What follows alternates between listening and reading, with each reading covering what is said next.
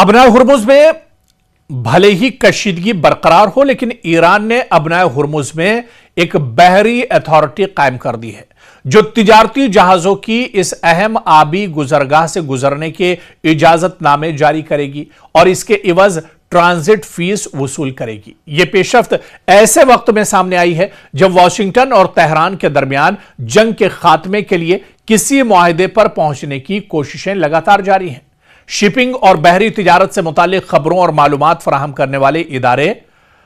लाइड्स list के मुताबिक खलीज फारस स्ट्रेट अथॉरिटी ने हालिया दिनों में एक नया तरीक़ेकार मुतारिफ कराया है जिसके तहत जहाजों को रवानगी से कबल ट्रांजिट इजाजतनामा हासिल करना और फीस अदा करनी होगी।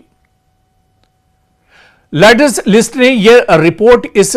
नमूना फॉर्म की बुनियाद पर तैयार की है जो इस अथॉरिटी के हालिया दिनों में जहाज रानी की कंपनियों को दरअसल भेजा है। और इस रिपोर्ट के मुताबिक इस फॉर्म में जहाजों से मुतालबा किया गया है कि वो अपनी मिल्कियत, इंश्योरेंस, अमले की तफसीलात और मुजव्वजा रास्ते से मुतालिक मुकम्मल मालूमात इस जो अथॉरिटी है इसे फराहम करें।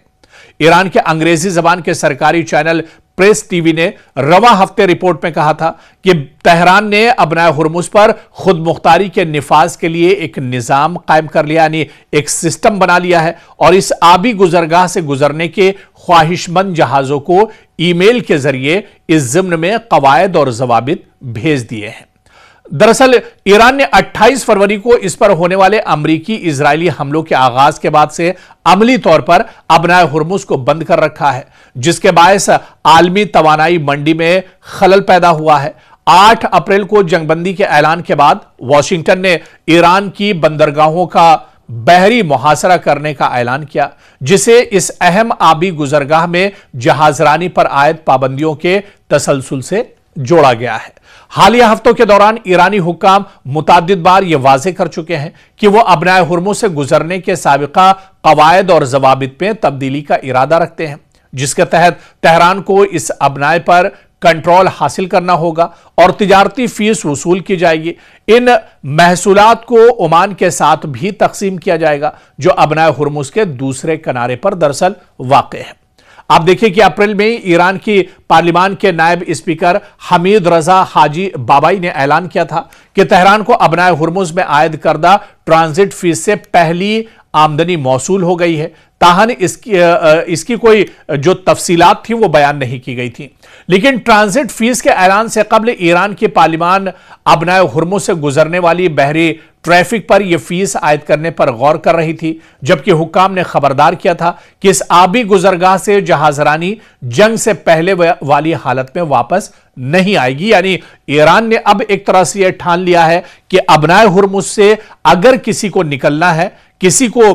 यहां से किसी के जहाज अगर जाते हैं तो फिर जो एक निजाम ईरान ने बनाया है, जो एक सिस्टम बाकायदा ईरान ने अबनाए हुर्मुज का बनाया है, उस पर सभी को अमल करना होगा। जो ट्रांजिट फीस है वो फीस अदा करनी होगी, तमाम जो पेपर्स और जो कवायद हैं वो एक तरह से दिखाने होंगे और उसके बाद कोई भी ममालिक अबनाए हुर्मुज का इस्तेमाल कर सकता है। लेकिन अगर कोई